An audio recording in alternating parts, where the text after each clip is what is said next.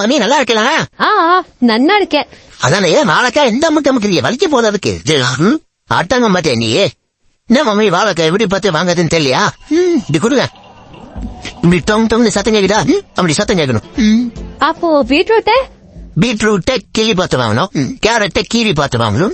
பீட்ஸ உரிச்சு பார்த்து வாங்கணும். இப்படி பல ஐட்டம் இருக்கு மாமி. தக்காளிய நசுக்கி பார்த்து வாங்கணும்.